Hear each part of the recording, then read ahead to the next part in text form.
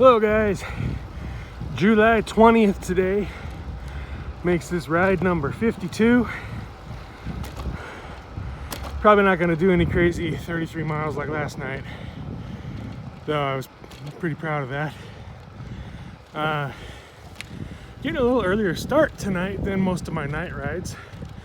I got on the bike about 9:30, so I have a good chance of being back well before midnight, which gives me a good chance of waking up in the morning, which is always preferable.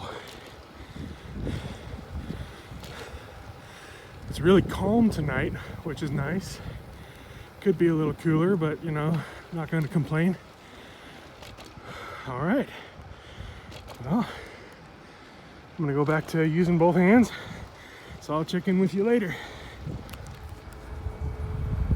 The flame still burns.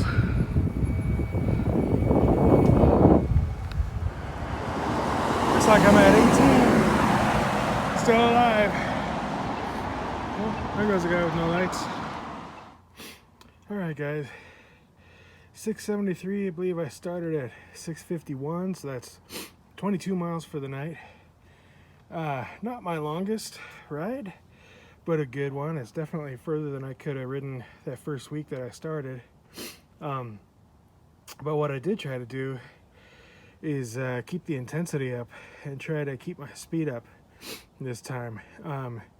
Up till now, I've been averaging like 13 or 14 miles an hour, but I tried to keep pushing pretty hard tonight, so I'll have to check on my ride with GPS app. In fact, I'll probably roll in a screenshot here and see what it says my moving average is. All right, thanks a lot for watching. See you tomorrow. All right, guys, so a week ago I weighed myself. It was day 45, and I was doing great. It seemed like I'm just steamrolling through losing weight, and that was really encouraging. So come a week later, I went ahead and weighed myself again, and not only had I not lost any more weight, I was actually a couple pounds heavier than I was a week ago on day 45. So that was pretty discouraging. Now, I know they say you're not supposed to weigh yourself too often when you're trying to lose weight because there's day-to-day fluctuations. So probably back on day 45, it was just a really good combination of my digestive tract being totally empty, not carrying any extra water right at that moment, you know, no bloat or anything, and it was just kind of the perfect storm. Honestly, it seemed a little bit too good to be true right on that day that I had lost, 5 pounds in 15 days just riding my bike.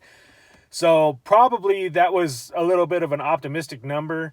And then when I weighed myself yesterday, it was probably just kind of like the opposite. Whatever the variables are, it just wasn't optimal. But it's pretty discouraging to not only not lose anything but gain a little bit. So to keep myself from totally getting frustrated and throwing in the towel, I want to focus on all the good things that I know are happening. So this ride, compared to the first week that I was riding, is a huge improvement. First of all, 22 miles, there's no way I could have finished a 22-mile ride any day in the first week. And on this one, I wasn't even really out of energy. The reason that it was time to stop is because it was getting late and I needed to get up in the morning, and it'd been a long day at work and I was just really craving laying down in the bed. But it's not like I was out of, athletic performance. I could have kept riding probably another 10 miles without really having a problem.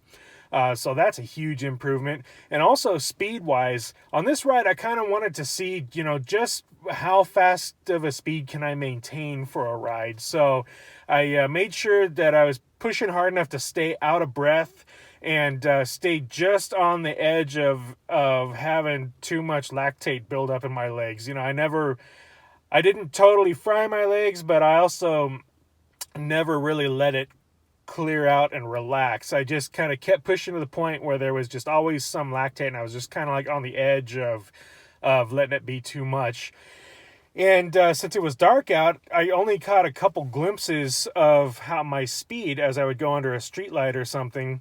So I really didn't know what the average was going to be. So I was very, very happy to see that I maintained an average of 17 miles an hour. I think my fastest average up until then had been like 14 and a half. So I was hoping it would be over 15, and 17 was a nice surprise.